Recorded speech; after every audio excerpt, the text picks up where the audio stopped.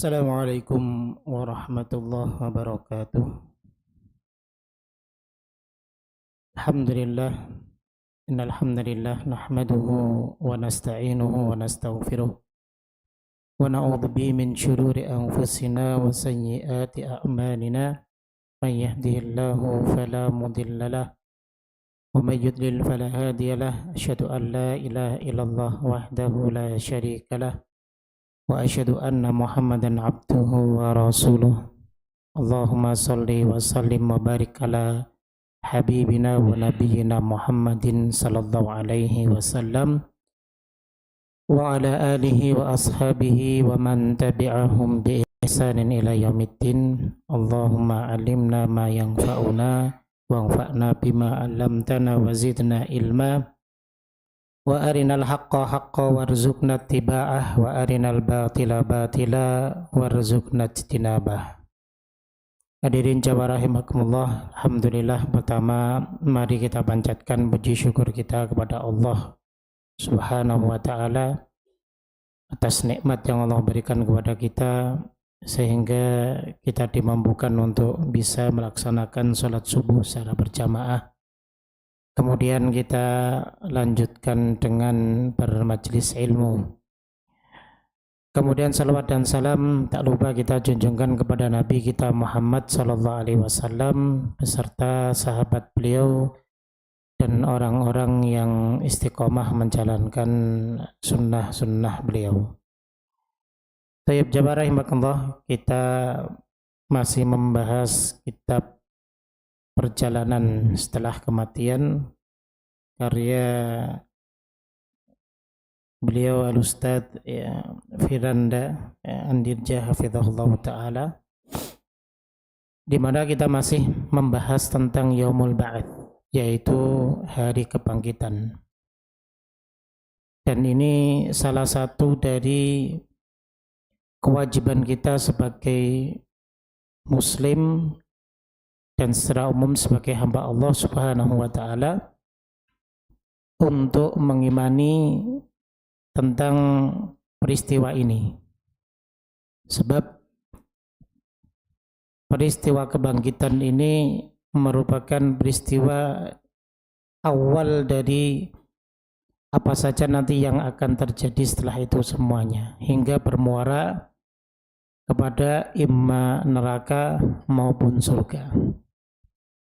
Artinya bahwa jika ada seseorang yang dia tidak beriman terhadap hari kebangkitannya, secara otomatis dia nggak beriman terhadap surga dan neraka. Kalau dia sudah nggak mengimani surga dan neraka, ya tentu kehidupannya sesuai dengan keinginannya. Namun sebaliknya, jika dia beriman kepada hari kebangkitan, pasti dia akan mengimani apa yang terjadi setelah itu. Di antaranya adalah semua amal yang dia kerjakan di dunia, maka dia akan mengimani suatu saat itu akan dibalas oleh Allah Subhanahu wa ta'ala. Entah itu amal yang baik maupun amal yang buruk. Sehingga bisa kita katakan bahwa pembahasan tentang Yaumul Ba'ats adalah pembahasan yang menentukan bagi seseorang dan umumnya bagi hamba-hamba Allah Subhanahu wa ta'ala untuk mengimani keadaan-keadaan berikutnya hingga bermuara kepada surga dan neraka, seperti itu.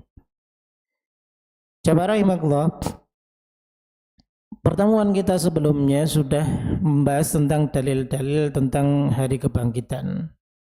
Ada dua dalil yang kita sudah bahas, yaitu pertama adalah dalil kebangkitan yang berupa penciptaan manusia, dan yang kedua adalah dalil kebangkitan yang berupa penciptaan langit dan bumi. Dan kita akan lanjutkan masuk ke dalil yang ketiga, yakni dalil kebangkitan yang berupa muncul dan berkembangnya tumbuhan-tumbuhan di muka bumi setelah turunnya hujan. Ini merupakan salah satu di antara dalil untuk menguatkan keimanan kita tentang adanya yaumul ba'ats. Allah Subhanahu wa taala berfirman, di antaranya adalah dalam surat Az-Zukhruf ayat yang ke-11, "Walladzi nazzala minas sama'i ma'a biqadarin fa ansyarna bih baldatan maita kadzalika tukhrajun." Yang artinya adalah, dan yang menurunkan, dialah Allah yang menurunkan air dari langit menurut kadar yang diperlukan. Lalu kemudian kami hidupkan dengan air itu negeri yang mati. Maka seperti itulah kamu akan dikeluarkan dari dalam kubur. Jadi ini dalil pertama tentang hari kebangkitan, di mana di sini Allah Subhanahu wa taala sudah menyinggung kita, kadzalika tukhrajun, yang demikianlah kalian akan dikeluarkan dari dalam kubur. Sebagaimana dengan mudahnya Allah Subhanahu wa taala menghidupkan suatu negeri yang tadinya negeri itu dalam keadaan tandus.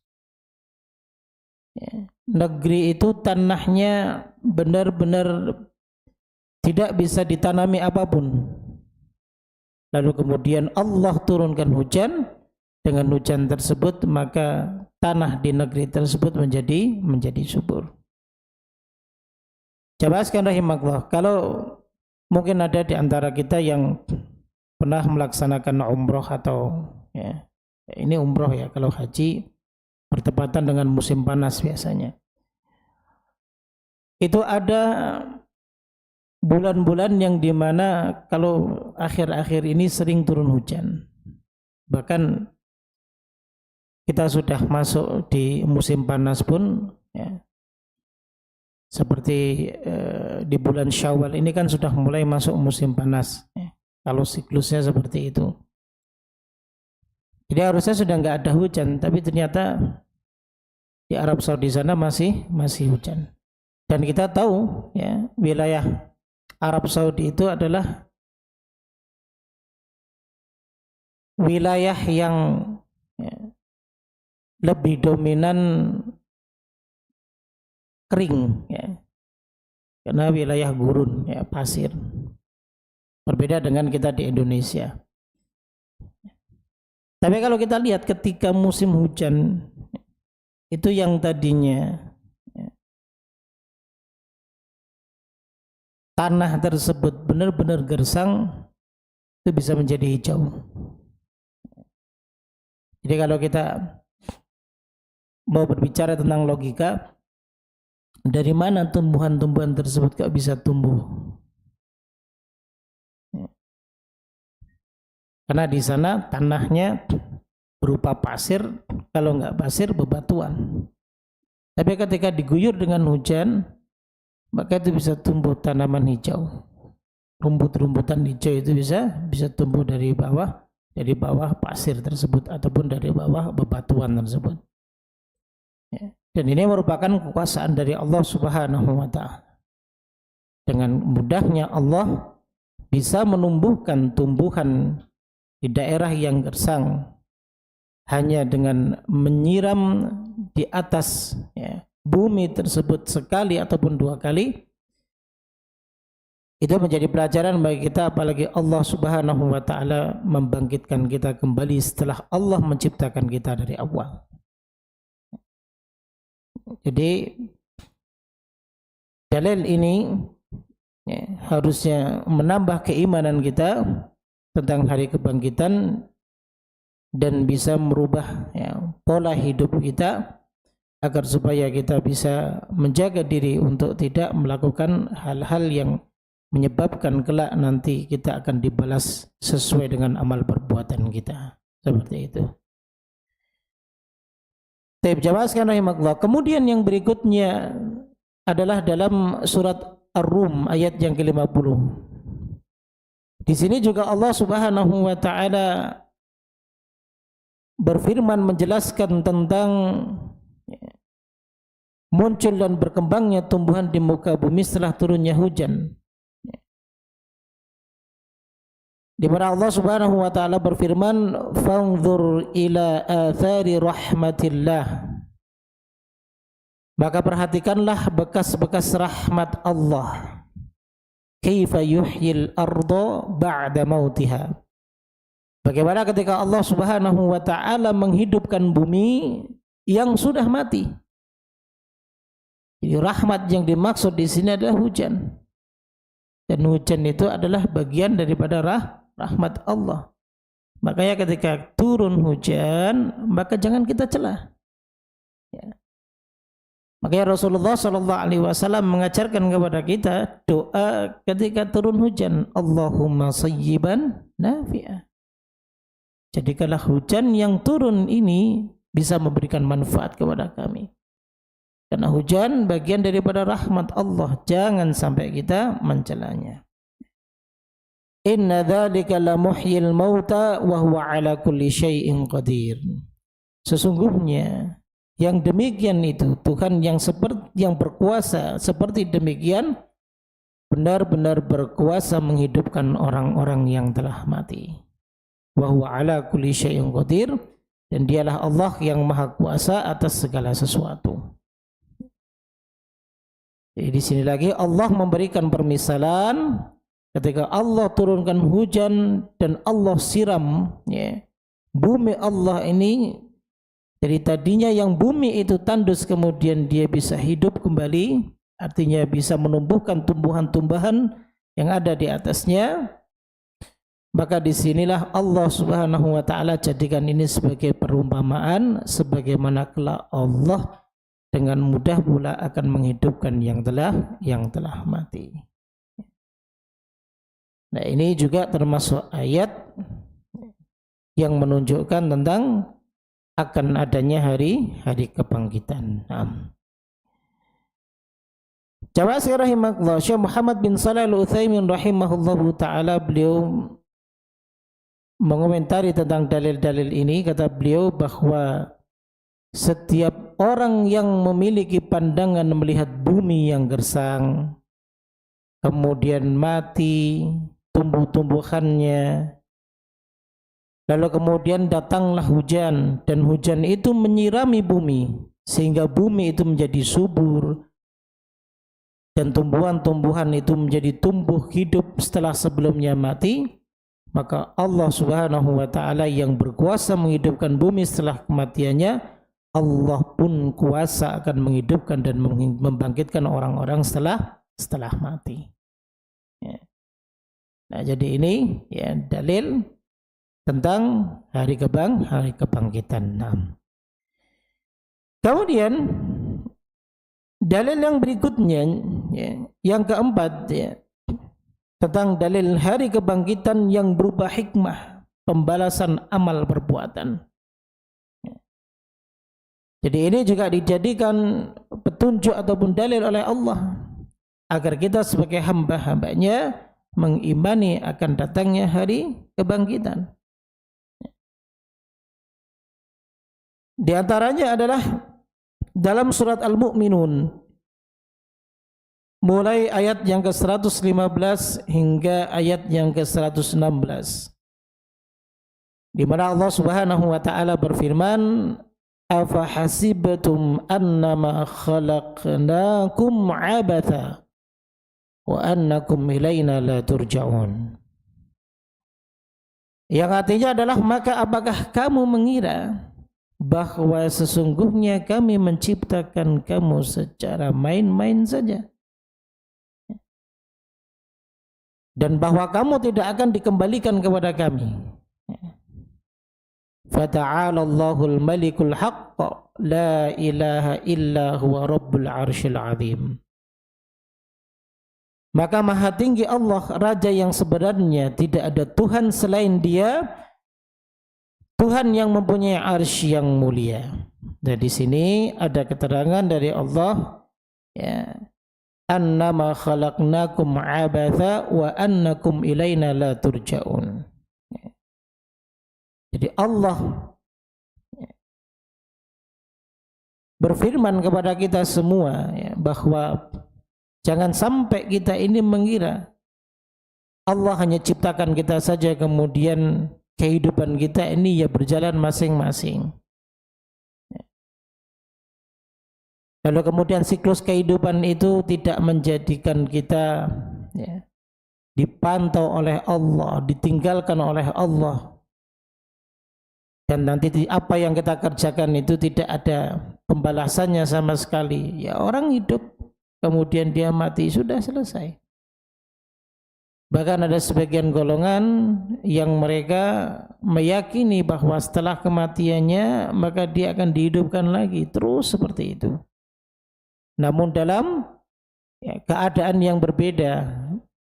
Bisa jadi yang tadinya dihidupkan ya, sebagai manusia, maka nanti reinkarnasinya bisa menjadi makhluk yang lainnya.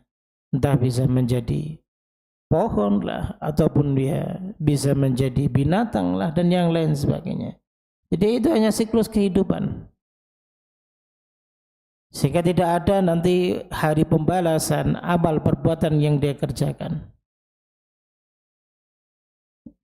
Hanya tergantung dengan kalau dia mengamalkan kebaikan, ya maka nanti dia akan dihidupkan kembali ya, dalam bentuk yang baik. Tapi kalau amal perbuatan dia buruk, maka dia akan dihidupkan kembali ya dalam kehidupan ataupun keadaan yang buruk.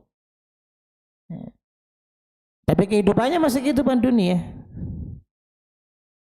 Jadi dibantah oleh Allah dalam ayat ini bahwa kehidupan kelak yang akan kita jalani adalah bukan kehidupan dunia, tapi kehidupan yang berbeda.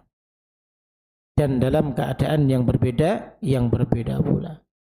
Sehingga Allah Subhanahu wa taala berfirman kepada kita semua, jangan sampai ada di antara kita yang mengira semua yang kita lakukan, semua yang kita perbuat itu tidak dibalas oleh Allah. Karena kelak kita akan dikembalikan kepada Allah, pada saat itulah nanti semua amal perbuatan kita akan diminta tanggung jawabnya oleh Allah Subhanahu wa taala. Seperti itu. Ini dalil yang pertama. Kemudian dalil yang berikutnya jamaah dalam surat Thaha ayat yang ke-15. Allah Subhanahu wa taala berfirman, "Inna sa'ata atiyatun akadu ukhfiha litujza kullu nafsin bima tas'a." Yang artinya adalah sesungguhnya hari kiamat itu akan datang. Dijelas ya, Allah mengabarkan ya, akan adanya hari kiamat. Ya. Di mana hari itu merupakan hari untuk mengakhiri kehidupan dunia kita. Aku merahasiakan, Allah Subhanahu wa taala yang merahasiakan waktunya, tujuannya agar supaya tiap-tiap diri itu dibalas dengan apa yang ia usahakan. Jadi tujuan kenapa Allah Subhanahu wa taala merahasiakan waktu kapan datangnya hari kiamat tersebut, ya supaya kita semua ya, ketika diuji oleh Allah Subhanahu wa taala, maka kita bisa lolos dari ujian tersebut. Dan perbuatan-perbuatan yang kita kerjakan di dunia ya tentunya setiap perbuatan tersebut ada kadar ataupun batasan-batasan yang bisa kita perhatikan. Jadi kalau seandainya hari kiamat itu Allah Subhanahu wa taala kabarkan kepada kita kapan terjadinya, atau mungkin kematian masing-masing kita ini Allah Subhanahu wa taala kabarkan kepada kita, beritahukan kepada kita kapan terjadinya, maka tentunya dunia ini tidak menjadi ujian bagi kita lagi. Karena kita tahu kapan akan wafat, dan kita tahu kapan akan terjadinya hari kiamat. Sehingga masing-masing kita ya, nanti akan beramal sesuai dengan hawa nafsu dan keinginan dunia kita dulu. sebelum kita diwafatkan oleh Allah. Nanti di detik-detik atau di waktu-waktu menjelang kematian kita, karena kita sudah tahu kematian kita, maka kita bisa bertaubat kepada Allah Subhanahu wa taala. Ya. Jadi makanya kenapa terjadinya hari kiamat itu dirahasiakan oleh Allah Subhanahu wa taala, bahkan ya, wala malakun muqarrab wala nabiyyun mursal. Tidak pula malaikat yang dekat dengan Allah dan juga tidak pula dengan nabi yang diutus oleh Allah. Semua makhluk Allah tidak ada yang tahu dengan pasti kapan terjadinya hari kiamat tersebut, seperti itu. Nah, di sini Allah menegaskan kalimat litujza kullu nafsin bima tas'a, untuk memberi balasan pada setiap jiwa terhadap apa yang telah mereka kerjakan dulu di dunia. Nah, ini menandakan bahwa ada hari di mana kelak nanti semua amal perbuatan yang dilakukan oleh manusia itu akan dibalas oleh Allah. Kapan itu terjadi? Itu terjadi nanti di fase setelah datangnya hari kebangkitan. Seperti itu. Ya. Kemudian jamaah sekalian rahimakumullah, dalil yang berikutnya ya, masih terkait dengan dalil hari kebangkitan yang berupa hikmah pembalasan amal, disebutkan di dalam surat Al-Qalam. Kalau kita lihat dalam ayat yang ke-35 sampai 36 ya, di mana Allah Subhanahu wa taala berfirman, afanaj'alul muslimina kal mujrimin ma lakum kaifa tahkumun, yang artinya adalah, maka apakah patut kami menjadikan orang-orang Islam itu sama dengan orang-orang yang dosa? Yang dimaksud adalah orang-orang kafir. Atau adakah kamu berbuat demikian, bagaimanakah kamu mengambil keputusan? Jadi orang yang beriman itu enggak sama dengan orang-orang yang tidak beriman. Orang muslim tidak sama dengan orang-orang kafir.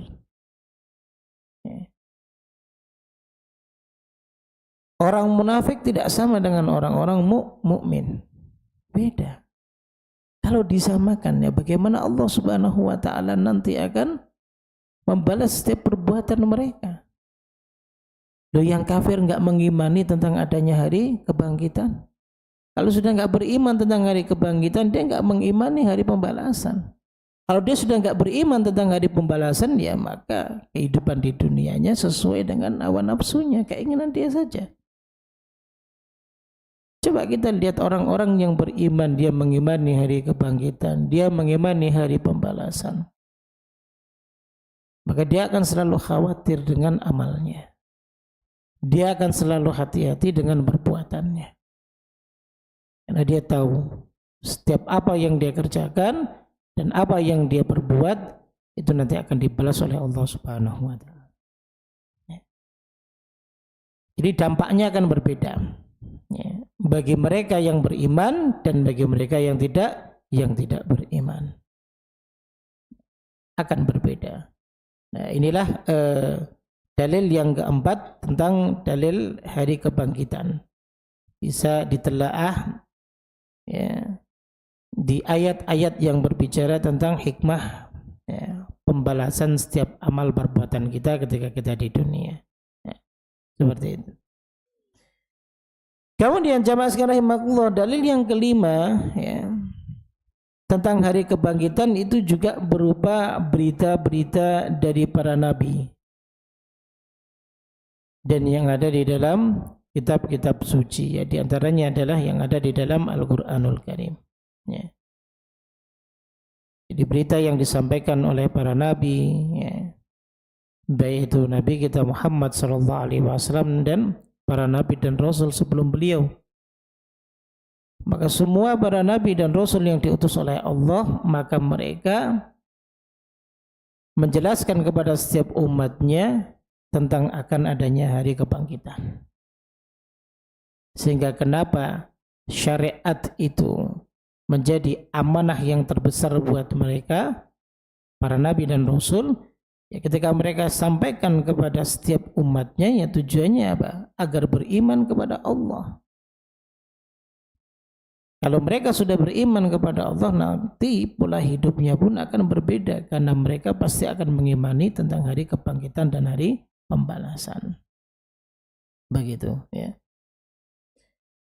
Baik, kemudian dalil yang berikutnya yang keenam adalah berupa kejadian yang nyata.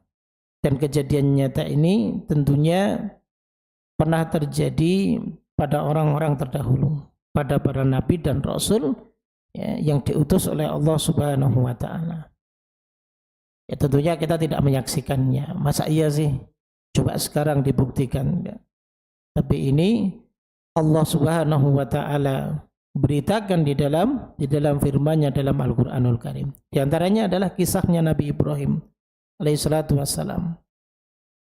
Ketika beliau ya, pernah berkata kepada Allah Subhanahu wa taala sebagaimana disebutkan dalam surat Al-Baqarah ayat 260. Rabbi arini kaifa tuhyil mauta. Ya Rabb, coba perlihatkan kepadaku bagaimana cara engkau itu bisa menghidupkan yang sudah mati. Nah, maka Allah Subhanahu wa taala menjawab, awalam tu'min. Apakah engkau belum beriman? Atau bahasanya belum yakinkah kau terhadap kuasa Allah ketika Allah bisa menghidupkan yang mati? Qala bala. Kata Nabi Ibrahim, tentu aku sudah yakin. Tapi walakin liyatma'inna qalbi. Akan tetapi agar supaya apa? Agar supaya lebih menenangkan hatiku dengan keimananku. Nah ini ya manusiawi Pak. Dia punya sifat kadang ia meyakini, dia yakin dia beriman. Ya. Makanya kenapa setiap kita ini diuji oleh Allah Subhanahu wa taala ya tujuannya agar supaya apa? Dari ujian itu ada hikmah yang bisa kita pelajari. Dari hikmah yang kita pelajari, ya tujuannya agar supaya kita semakin beriman kepada Allah. Kadang kita diuji oleh Allah Subhanahu wa taala dengan kesulitan ataupun dengan kepayahan. Atau kita diuji dengan kesedihan atau kekurangan yang enggak berujung, seakan tidak berujung. Padahal ujung daripada ujian yang Allah timpakan kepada kita itu adalah kematian. Maka jangan berharap ujian itu akan selesai esok hari. Jangan berharap ya, kesedihan itu akan berakhir ya, sore ini. Jangan berharap. Ya. Karena selama kita masih hidup ya kita masih diuji oleh Allah Subhanahu wa taala dengan berbagai keadaan. Nah sehingga kadang Allah Subhanahu wa taala menampilkan hikmah dari setiap ujian tersebut. Ya, tujuannya agar supaya apa? Menenangkan hati kita. Oh iya benar ya. Coba kemarin saya enggak sabar. Oh iya benar ya. Coba kemarin ya, saya ngamuk-ngamuk, saya marah. Yang terjadi pasti akan lebih buruk lagi. Oh iya coba kemarin kalau saya tergesa-gesa. Saya naik pesawat yang pertama. Ternyata pesawat tersebut hilang atau pesawat tersebut jatuh dan lain sebagainya. Jadi setiap peristiwa yang kita alami pasti akan ada hikmah yang bisa kita ambil pelajarannya dan bisa menenangkan keimanan kita. Oh iya benar kata Allah ya, kita harus begini. Oh iya begini. Jadi itu kenapa kita diberi ujian oleh Allah Subhanahu wa taala. Nah ujiannya Nabi Ibrahim alaihissalatu wassalam salah satunya apa? Ya. Keimanan beliau, keyakinan beliau terhadap kuasa Allah Subhanahu wa taala bukan ragu ya, tapi ingin lebih memantapkan keimanannya. Maka Nabiullah Ibrahim minta kepada Allah, arini kaifa tuhyil mauta. Tapi antum jangan ikut-ikutan, Pak. Ya Allah, perlihatkan kepadaku bagaimana cara engkau menghidupkan orang yang mati. Tidak usah. Keimanan kita berbeda dengan Nabiullah Ibrahim alaihissalatu wassalam. Khawatir kalau kita diwafatkan gak hidup lagi. Kan ngeri. Qala fakhud arba'ata minat tayri fasurhunna ilaik. Maka Allah berfirman kepada Nabi Ibrahim, "Fakhudh arba'ata minat thair." Ambillah 4 ekor burung. Ya. Di sini banyak pentafsiran tentang 4 ekor burung ini. Kata Ibnu Abbas radhiyallahu taala anhu, dinukil oleh Imam Ibnu Katsir rahimahullahu taala, keempat burung tersebut adalah burung garnuk, burung merak, ayam jago dan burung merpati. Ibnu Abbas mengatakan begitu. Dan di lain hal Ibnu Abbas pernah menafsirkan lagi bahwa Nabi Ibrahim mengambil angsa, kemudian anak burung onta, ayam jago dan burung merak. Jadi ayam jago itu udah ada sejak dulu. Cuman bedanya kalau sekarang diadu, kalau dulu enggak. Kemudian ada pendapat yang lain lagi dari Imam Mujahid, ya, rahimahullah ta'ala, dan juga Ikrimah. Keduanya mengatakan 4 burung tersebut adalah merpati, ayam jago, burung merak, dan burung gagak. Ya entah ini burung apa, tapi bukan ini yang menjadi hikmah dari kisahnya Nabi Ibrahim alaihissalatu wassalam. Ya. Entah itu ayam jago, entah itu burung apa. Ya. Bukan itu yang dimaksud dari kisah-kisah tersebut. Ya. Kemudian fasurhunna ilaik. Setelah itu, ya, cincang itu burung tersebut oleh dipotong-potong. Ya. Burung tersebut dipotong-potong. Makanya Nabi Ibrahim alaihissalatu wassalam memotong-motong burung tersebut. Ya. Dan ada keterangan dari, ya, Ibnu Abbas radhiyallahu taala anhu. Jadi setelah burung itu dikumpulkan, maka burung itu diikat. Dan Nabi Ibrahim menyembelihnya. Kemudian beliau menjadikan tiap bagian dari burung-burung itu pada tiap bukit. Jadi sebelumnya dipotong-potong, dicabut burungnya, kemudian dicabik-cabik. Pokoknya benar-benar dihancurkanlah oleh Nabi Ibrahim. Pengen tahu apakah bisa kembali hidup lagi ini burung ataupun tidak. Ya. Bahkan ada satu keterangan yang menyebutkan, ya, jenis burung ini kan berbeda-beda, ya kan? Jadi seperti yang kita disebutkan, ya, ada yang mengatakan apa? Ya, angsa, kemudian burung onta, ayam jago, dan ini kan berbeda jenis. Ya. Jadi sengaja Nabi Ibrahim mencampurkannya. Ya. Kira-kira ketika nanti Allah membangkitkan lagi, ya, apakah nanti jadi tercampur atau tidak begitu? Atau kembali seperti semula sesuai dengan jenisnya? Tahu sebaliknya tadi, apakah tercampur? Misal kok kepalanya nanti di badannya burung onta, ya. Kakinya burung onta nanti ada di ayam jago misalnya. Ya, sengaja ya dicampur oleh Nabi Ibrahim alaihissalam, lalu kemudian beliau letakkan pada setiap bukit. Nah, jadi kalau logikanya kalau udah dicampur, ya bagaimana caranya kalau manusia itu untuk bisa, ya, memilih-milih potongan-potongan bagian burung mana nih yang sekiranya sesuai dengan potongan yang lainnya, kan nggak mungkin bisa, mustahil. Kadang kalau kita disodorkan dengan permainan bongkar pasang itu, ya, misal ada 5 jenis lah, 5 jenis bagian, ya, 5 jenis papan permainan bongkar pasang, kemudian, ya, kita campurkan, maka itu sangat sulit sekali bagi kita untuk memilih-milih. Ini yang mana ya? Ini yang mana yang untuk gambar ini? Dulu kecil kita kan pernah ada tuh kertas, ya, bongkar pasang mainan. Itu sangat sulit sekali. Makanya itu yang dilakukan oleh Nabi Ibrahim alaihissalatu wassalam. Kemudian thumma ja'ala ala kulli jabalin minhunna juz'a. Nah, tadi bagiannya dia. Kemudian thumma da'uhunna ya'tinaka sa'ya. Lalu kemudian, ya, setelah itu panggillah mereka burung-burung itu.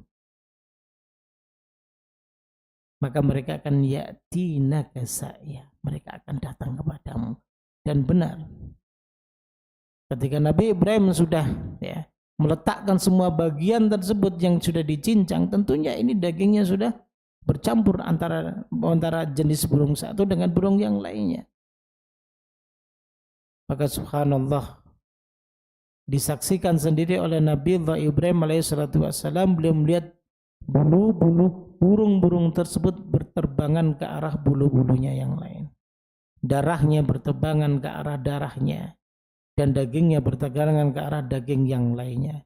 Masing-masing bagian disatukan kembali, dan itu disaksikan oleh Nabi Ibrahim alaihissalatu wassalam. Ya. Subhanallah. Jadi semakin tenang, ya, semakin yakin dan semakin beriman kepada Allah Subhanahu wa Ta'ala. Mungkin ada pertanyaan begini, ya Ustadz, kenapa hal itu tidak Allah tunjukkan kepada kita sekarang? Ya. Kenapa hal-hal yang pernah terjadi, ya, yang pernah dialami oleh para nabi dan rasul, kenapa tidak ditunjukkan sekarang? Ya, jawabannya adalah ini menjadi ujian bagi kita. Apakah dengan berita yang Allah telah sampaikan kepada kita, itu kita bisa mengimaninya ataupun tidak?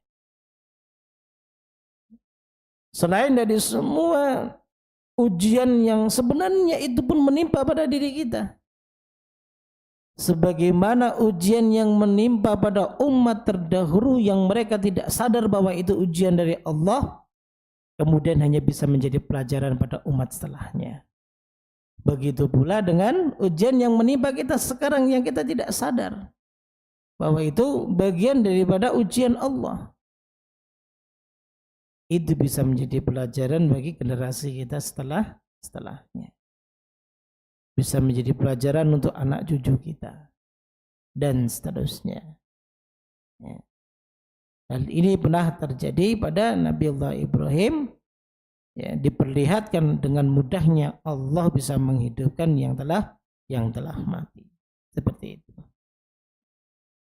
Kemudian jamaah rahimakumullah, ya, ada peristiwa yang berikutnya adalah peristiwa yang terjadi di zaman Nabi Musa alaihissalatu wassalam. Ya.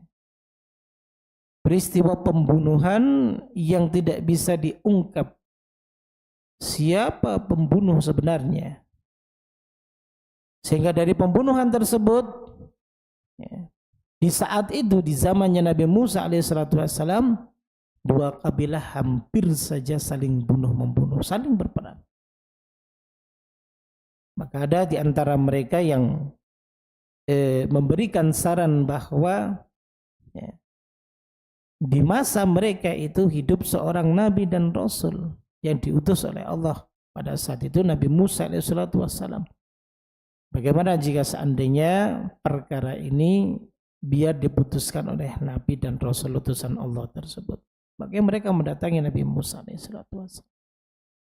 Ya.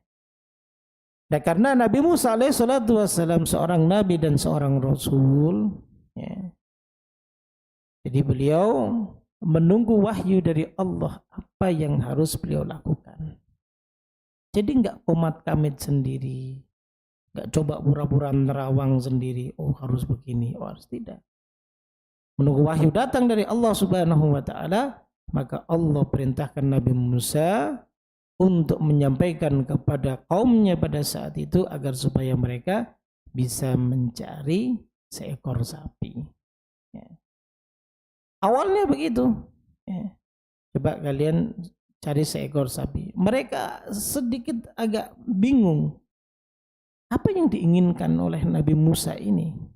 Kenapa harus mencari sapi? Padahal, ya, kedatangan mereka ke Nabi Musa itu untuk memutuskan perkara tersebut. Perkara kematian. Tidak ada hubungannya dengan seekor sapi. Tapi itu perintah dari Allah Subhanahu wa Ta'ala. Mungkin andaikan hal itu terjadi saat ini, jangan merasa aman dengan keimanan kita sekarang.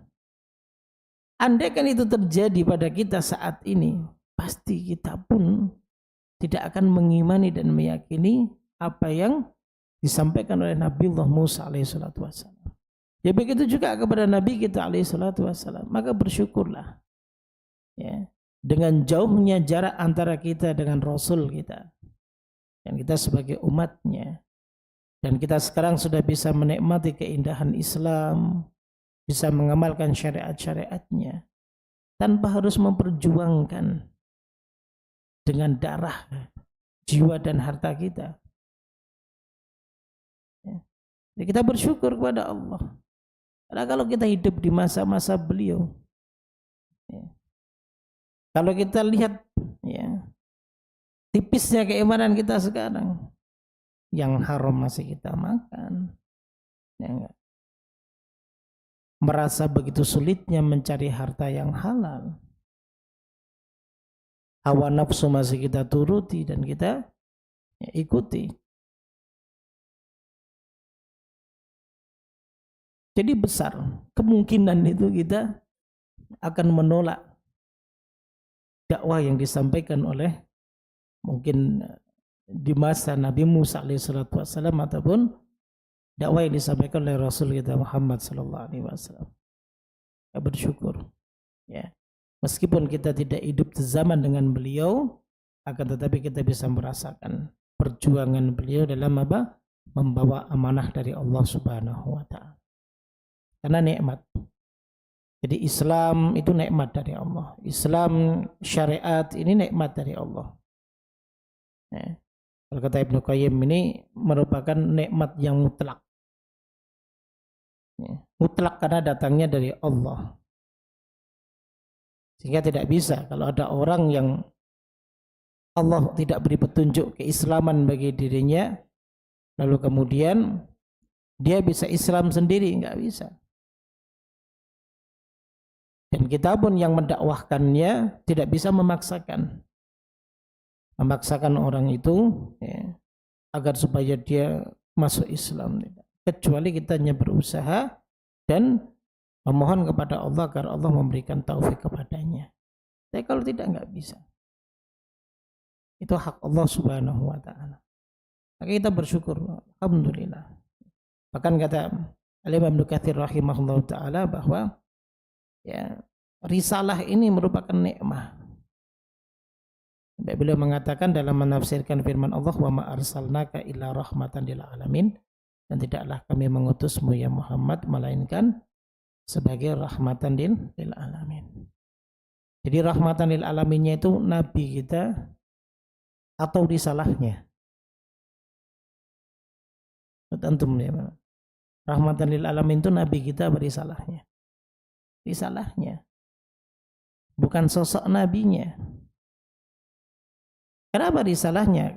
Bukan sosok nabinya. Kalau sosok nabinya kan dibatasi dengan waktu dan tempat. Dibatasi dengan waktu. Nabi kita sudah enggak bersama kita. Ya, secara jasad ya.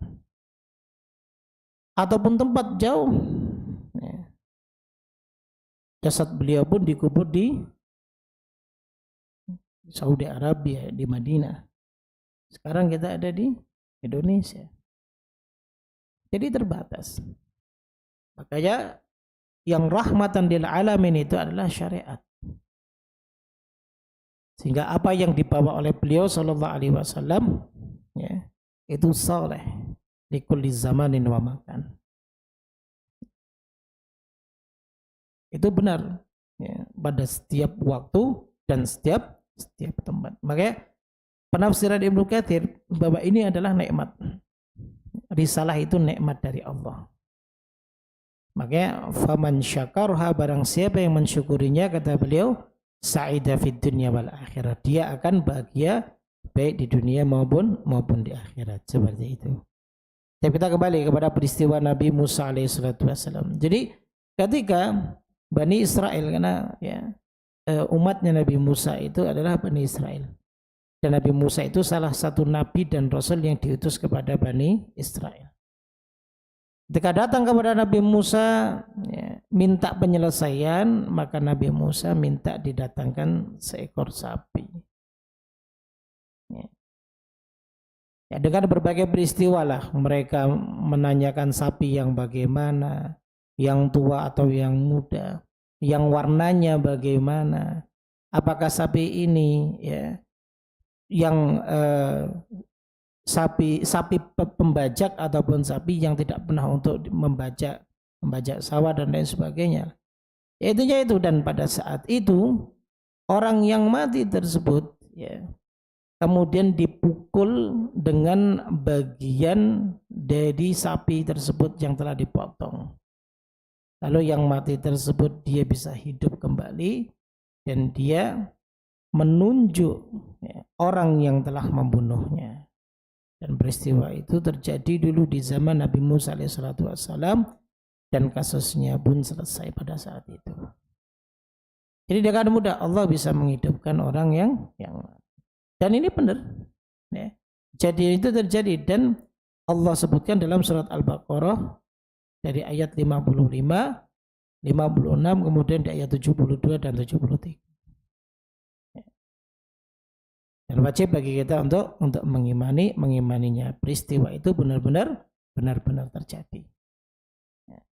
Jadi salah satu daripada kejadian nyata. Dulu pernah ada kejadian yang dimana Allah Subhanahu wa Ta'ala atas kuasanya bisa menghidupkan orang yang sudah mati. Dan ini bukan klaim semata. Karena saya pernah lihat ada kiriman video udah lama itu. Katanya ada orang yang bisa menghidupkan orang yang sudah mati 3 hari di Iran gitu. Orang Indonesia tuh, Insya Allah, saktinya luar biasa. Kemudian ada satu akidah sufi yang menceritakan diantaranya di dalam kitab manaqibnya Syekh Abdul Qadir Jailani itu, bahwa ada salah satu muridnya dari Syekh Abdul Qadir Jailani yang wafat. Saat itu muridnya masih muda. Ibunya nggak terima dengan kematian anaknya. Ngadu sama Syekh Abdul Qadir Jailani. Maka beliau terbang mengejar malaikat maut tersebut yang membawa keranjang roh. Ya, bertengkar sama malaikat maut, akhirnya keranjang roh itu jatuh. Sehingga rohnya berpenjar dan salah satu roh muridnya Syekh Abdul Qadir Jailani itu kembali ke jasadnya lagi, kemudian hidup kembali. Saktinya luar biasa Syekh Abdul Qadir Jailani. Atau bisa buka di manaqibnya Abdul Qadir Jailani. Ada. Ya. Dan itu tradisi yang sering kita baca dulu. Ya. Di Pekalongan, karena ternyata salah satu pengarangnya juga kiai dari Pekalongan gitu. Ya. Tentang manaqibnya Abdul Qadir Jailani. Itu dibaca terus, manakiban istilah kita. Ya, sering dibaca. Dan bukan seperti itu. Ya, gak bisa. Syekh Abdul Qadir Jailani seorang alim di zamannya. Sudah. Ya. Adapun karomah-karomah dan yang lain sebagainya, kita gak ada yang tahu. Ya. Jadi seperti itu. Bukan seperti itu, tapi benar-benar Allah menghidupkan yang telah mati, dan orang itu kemudian mati kembali, Pak. Tidak kemudian dia hidup, lalu kemudian dia bisa beraktivitas kembali seperti sedia kala, tidak. Tapi setelah dia menunjuk siapa yang membunuhnya, lalu kemudian dia wafat kembali. Nah, jadi seperti itu ya. Kemudian juga pernah peristiwa terjadi di zaman Nabi Isa alaihissalam. Ya. Terjadi di zamannya Nabi Isa alaihissalam, karena beliau juga diutus oleh Allah Subhanahu wa Ta'ala pada saat sedang ramai-ramainya di saat itu yang mengagungkan ilmu pengobatan. Jadi setiap nabi dan rasul itu mukjizatnya berbeda-beda, tergantung dengan dengan keadaan masyarakat pada saat itu. Kalau Nabi Muhammad mukjizat terbesarnya kan Al-Quran. Karena pada saat itu mereka masyarakat Mekah, Madinah ataupun masyarakat wilayah Jazirah Arab itu mereka menuhankan syair. Kalau di zamannya Nabi Isa pada saat itu mereka banyak yang menuhankan ilmu kedokteran ataupun ilmu pengobatan. Makanya di antara mukjizatnya Nabi Isa alaihissalam adalah menghidupkan orang yang sudah wafat. Ya. Tapi itu dalam bentuk mukjizat. Dan kita tahu bahwa mukjizat itu tujuannya adalah untuk mengukuhkan kerasulan dan kenabian, di antaranya Nabi Isa alaihissalam. Nah, itu. Jadi kalau kita berbicara bentuk pertolongan Allah ya, yang disebut dengan mukjizat, dan ada bentuk pertolongan Allah yang disebut dengan karomat ataupun karomah. Kalau orang kita bilang sekarang keramat itu. Ya. Nah tentunya lebih mulia mukjizat, Pak, karena mukjizat diberikan kepada Nabi dan Rasul. Diberikan kepada Rasul. Tapi kalau karomah itu diberikan kepada wali-waliullah, orang-orang yang beriman. Cuman sekarang banyak ceritanya yang justru malah lebih ya, mengagungkan karomah dibanding mukjizat. Atau bahkan lebih seakan-akan besar karomah daripada mukjizat. Dan bahkan karomah itu seakan-akan gampang sekali didapat dan bisa diminta dan bisa terjadi berulang-ulang. Padahal mukjizat itu hanya bisa terjadi sekali. Ya. Untuk membuktikan kenabian dan kerasulan yang diutus oleh Allah Subhanahu wa taala. Nah, jadi seperti itu. Itu pernah terjadi di zamannya Nabi Isa alaihissalam. Kemudian juga Allah menyebutkan dalam surat Al-Baqarah ayat 243. Pernah terjadi peristiwa ribuan orang itu yang diwafatkan Allah. Lalu Allah kemudian hidupkan kembali. Dalam firman-Nya Allah menyebutkan, Alam tara ilal ladzina kharaju min diyarim. Apakah kamu tidak memperhatikan orang-orang yang keluar dari kampung halaman mereka? Wahum ulufun hadharul maut. Mereka banyak jumlahnya ribuan. Hadharul maut. Mereka berlari takut dari kematian. Karena pada saat itu di wilayahnya terjadi penyakit wabah taun. Jadi pada saat itu mereka keluar dari tempat itu. Karena ketakutan, mereka takut mati. Sehingga dengan keluarnya mereka, Allah Subhanahu wa taala wafatkan mereka semua. Wa qala lahumullah, Allah berkata kepada mereka, mutu, matilah mereka. Tapi thumma ahyahum, kemudian Allah Subhanahu wa taala menghidupkan mereka. Ya. Allah menghidupkan mereka ya, disebabkan karena doanya seorang nabi yang hidup sezamannya, meminta kepada Allah agar Allah Subhanahu wa taala menghidupkan kembali mereka. Nah, ini pernah terjadi pada saat itu. Ya. Nabi tersebut nabi dari Bani Israel. Yang mengatakan nabi itu namanya Nabi Hizkil. Ya. Ini sebagaimana keterangan yang disebutkan oleh Al-Imam Ibnu Katsir rahimahullahu ta'ala. Nah, ini juga menjadi dalil ya. Ini peristiwa ini pernah terjadi dan ini menjadi dalil bahwa Allah sangat mudah sekali menghidupkan yang sudah wafat, yang sudah meninggal.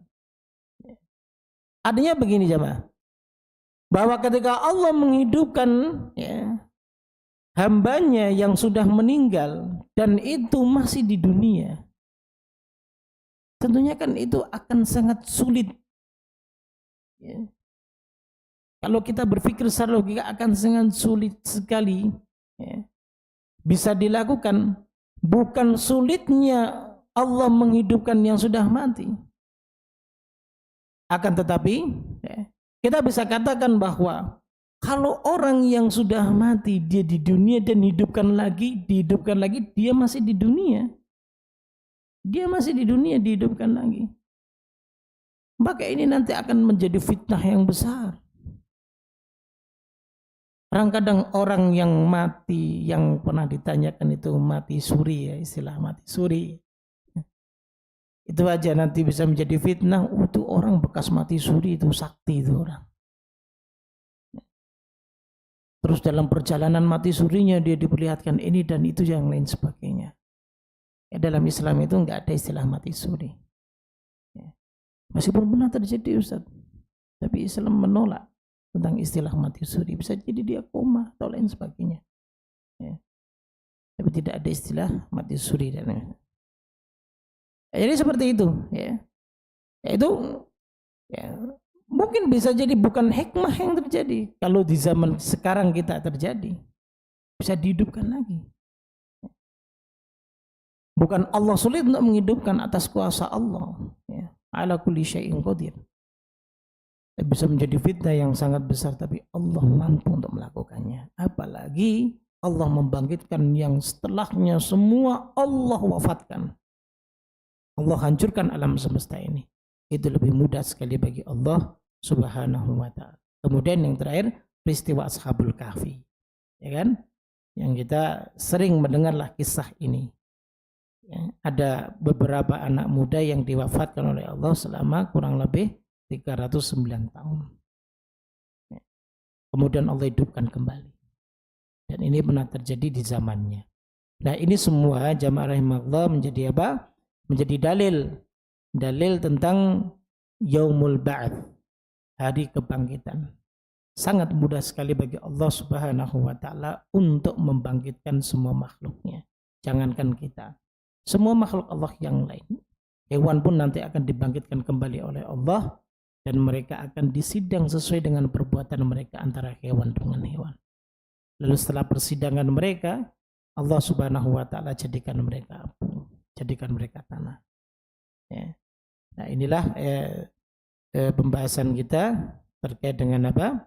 Terkait dengan yaumul ba'ats. Nah, kenapa kita bahas agak panjang? Kalau kita membahas nanti tentang tentang padang mahsyar, maka kita hanya akan membahas tentang peristiwa yang terjadi saat itu saja. Apa saja sih yang terjadi? Kemudian yaumul mizan, ya. Hari ditimbangnya amal kita, yaumul hisab, dihisabnya amal kita. Ya, sebatas kita mengetahui bahwa kelak semua kita akan melewati hisab, kemudian akan ditimbang amal kita. Tapi yang menentukan, ya, kita mengimani itu semua kan adalah hari kebangkitan. Kalau kita beriman kepada hari kebangkitan, maka kita akan mengimani peristiwa yang terjadi setelahnya. Ya, kalau kita sudah nggak beriman, ya maka tentunya kita nggak akan mengimani peristiwa yang terjadi setelahnya. Makanya kenapa para ulama membahas secara detail dan bahkan membantah mereka yang tidak mengimani tentang hari kebangkitan. Ada, ya. Ada yang tidak mengimaninya, dibantah baik secara ayat, dalil maupun secara logika. Ya. Karena memang hari ini merupakan hari penentu bagi kita semuanya. Apakah kita akan mengimani keadaan kita, kejadian-kejadian setelahnya, atau mungkin kita stop dengan kematian kita di dunia. Setelah itu kita tidak mengimani akan adanya hari kebangkitan. Makanya disebutkan banyak dalil, ya tujuannya untuk menguatkan keimanan kita, serta agar supaya kita bisa merubah pola hidup kita, bahwa ternyata apa yang kita kerjakan dan kita lakukan ini semuanya terpantau dan kelak juga akan dibalas oleh Allah Subhanahu wa ta'ala. Nah, mungkin ini saja, ya, mudah-mudahan bermanfaat. Bagi yang mau ditanya apa yang ditanyakan, ya silahkan ditanyakan. Ya. Sekitar dari pembahasan kita.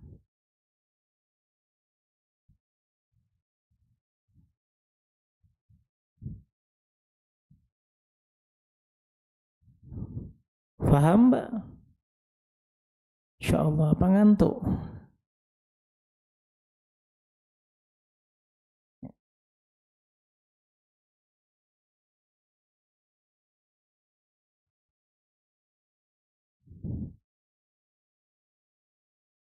Assalamualaikum warahmatullahi wabarakatuh. Waalaikumsalam warahmatullahi. Izin bertanya Pak Ustadz, apakah nanti pada saat hari kiamat, orang-orang yang mati pada saat hari kiamat, maksud saya, akan mengalami proses alam kubur? Ya, itu aja Pak. Assalamualaikum warahmatullahi wabarakatuh. Orang yang mati pada hari kiamat mengalami proses alam kubur. Ya. Kalau sudah kiamat, maksudnya di hari kiamatnya tersebut mengalami proses alam kubur. Nah, proses alam kubur itu setelah kematian, Mbak. Tapi kalau sudah dihancurkan alam semesta ini, ya sudah tidak melewati proses alam kubur. Ya. Sudah habis. Ya. Jadi mereka langsung nanti dibangkitkan oleh Allah Subhanahu wa ta'ala. Seperti itu. Untuk keterangan ini tidak banyak. Tidak ada keterangan yang spesifik terkait dengan proses alam kubur yang akan terjadi bagi mereka yang berjumpa dengan hari kiamat. Cuman kalau sependek keterangan yang ada ya seseorang semua ketika sudah dimusnahkan oleh Allah, lalu kemudian Allah Subhanahu wa taala akan membentuk bumi baru lagi. Allah akan mengamparkan, nanti disebut dengan mahsyar ya. Ada yang mengatakan bahwa nanti pembahasan kita berikutnya. Yang mengatakan mahsyar itu bumi kita yang kita pijaki ini. Ada yang mengatakan itu. Ya. Namun Allah Subhanahu wa taala membentangkannya. Jadi sudah enggak sifatnya bulat. Allah bentangkan. Ya. Tapi ada yang menafsirkan lagi ketika menafsirkan tentang mahsyar, ya. Itu Allah ganti bumi kita dengan bumi yang lain. Karena kan bumi kita udah hancur. Dalam Quran disebutkan yauma tubaddalul ardu ghairal ardi. Pada hari di mana bumi itu diganti, tapi bukan bumi yang kita pijak. Nah, jadi seperti itu. Enggak, keterangannya sangat sedikit. Ya bisa kita katakan sangat sedikit sekali karena pembahasannya singkat. Hancurnya alam ini kemudian Allah Subhanahu wa taala bangkitkan kita kembali. Seperti itu, Mbak. Allah a'lam bishawab. Nah.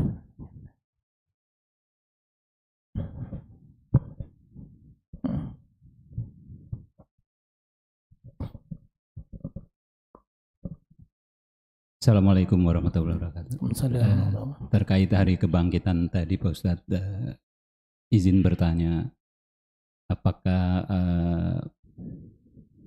bangsa jin juga akan dibangkitkan Pak Ustadz? Selain manusia, binatang, apakah bangsa jin, bangsa atau golongan malaikat? Nah, terima kasih Pak Ustadz. Wassalamualaikum warahmatullahi wabarakatuh. Waalaikumsalam. Baik. Semua makhluk Allah Subhanahu wa taala yang pada saat itu ya, mereka dimusnahkan Allah. Ya. Seperti bangsa jin seperti itu. Karena jin itu kan juga dia punya beban taklif syariat. Ya. Seperti manusia kan. Sebagaimana Allah sebutkan dalam surat Adz-Dzariyat kan ayat 56, "Wa ma khalaqtul jinna wal insa illa liya'budun." Tidaklah aku menciptakan jin dan manusia ya melainkan untuk menyembah kepadaku, beribadah kepadaku. Sehingga dari keterangan perintah Allah dan hikmah penciptaan jin dan manusia, ya tentunya kan kedua makhluk ini akan diminta tanggung jawab atas beban syariat tersebut. Pastinya mereka semua akan dibangkitkan. Begitu. Adapun malaikat, semua apakah malaikat juga dibangkitkan Allah Ustaz ketika mereka dihancurkan oleh Allah? Wallahu ta'ala alam bisawab. Ya. Kalau kita membicarakan tentang malaikat, bahkan malaikat pun ya, ketika Allah Subhanahu wa taala menjelaskan ya, ada keterangan di Baitul Ma'mur yang ada di langit sana. Setiap harinya ada sekitar 10.000 malaikat yang masuk ke Baitul Ma'mur, kemudian sudah enggak kembali lagi, lenyap. Ada malaikat yang seperti itu. Ya. Apakah malaikat tersebut dibangkitkan, dihidupkan lagi oleh Allah? Wallahu a'lam bishawab. Tentunya akan berbeda karena keterangannya setiap hari 10.000 masuk, kemudian enggak ada lagi, lenyap. 10.000 masuk. 10.000 masuk. Seperti itu setiap harinya. Dan kemana itu malaikat ini? Hanya Allah yang tahu. Gitu. Jadi semua yang Allah Subhanahu wa taala bangkitkannya ya sesuai yang Allah Subhanahu wa taala kehendaki. Nah, seperti itu. Nanti akan muncul pertanyaan, Ustaz, apakah kalau semua dihancurkan katanya surga dan neraka hingga sekarang masih ada kan? Berarti surga neraka hancur dong Ustaz. Berbagai malaikat semua hancur ya Ustaz. Tidak semua yang Allah ingin hancurkan Allah hancurkan. Kecuali yang Allah kehendaki untuk Allah tidak wafatkan dan Allah hancurkan. Ya, jadi seperti itu, Pak. Allah alamanya itu.